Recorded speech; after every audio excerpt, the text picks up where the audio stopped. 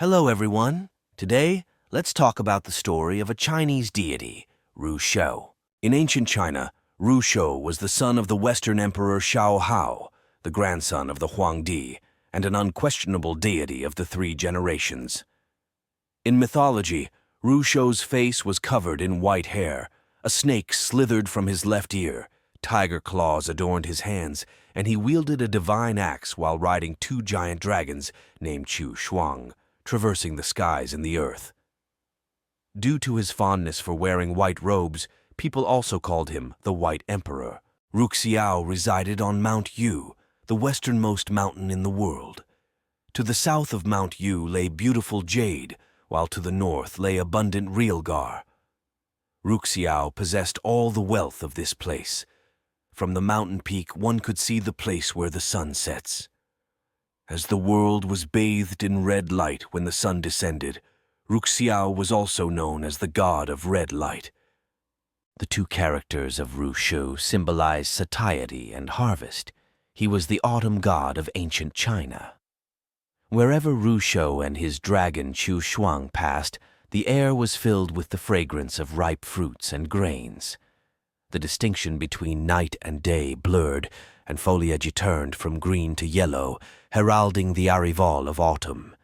With a wave of his sleeve, Ru Shou ensured bountiful harvests and maturity of all things. When Ru Shou tapped Qiu Shuang, the weather turned cooler, and the earth began to store moisture and warmth, laying the foundation for the next year's harvest. Thus, ancient people held autumn ceremonies every year. On the day of the sacrifice, people dressed in white robes piled up the harvest of fruits, vegetables, grains, and cereals, and offered them to Ru Shou, thanking him for a good harvest and praying for fertile land and a prosperous year ahead. Ru Shou was also the god of punishment in ancient times, overseeing the penalties of the world. The snake by his left ear, named Diaoling, could traverse the heavens and the earth, communicate with ghosts and deities, and investigate wrongdoing across the world. His divine axe, named Su Sha, symbolized power and authority, capable of beheading evildoers. Legend has it that the king of the Guo state, Chu, was licentious and tyrannical. One day he dreamed of a divine figure with a human face, white hair all over his body, tiger claws, and wielding a large axe, standing under the west wall of the ancestral temple. Terrified, Chu attempted to flee. The god said, "Don't go. I am RuShou.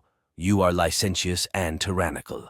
The heavenly emperor has ordered the state of Jin to attack your country." However, after waking up from the dream, the king of Guo paid no attention to it and even let the people celebrate his dream. Only 6 years later, Jin Shandong led an army and destroyed the Guo state. Later, there was a disturbance in the world. Chaos ensued, and floods ravaged the land. Ru Shou, along with Jumang, Zhurong, and Yuqiang, assisted one of the three emperors, Fuxi, in restoring order to the universe and creating life. The four of them each presided over one of the four directions of the world, known as the four gods of the ancient earth.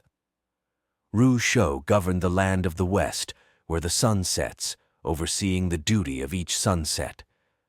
Therefore, he was honored as the god of the west. Afterwards, the four gods of the ancient earth, along with the great god Ho-Tu, were also named the five-element gods. Ru Shou, as the one governing the metal element among the five elements, was also known as the metal god, forever guarding over people. That's it for today's story. See you in the next one.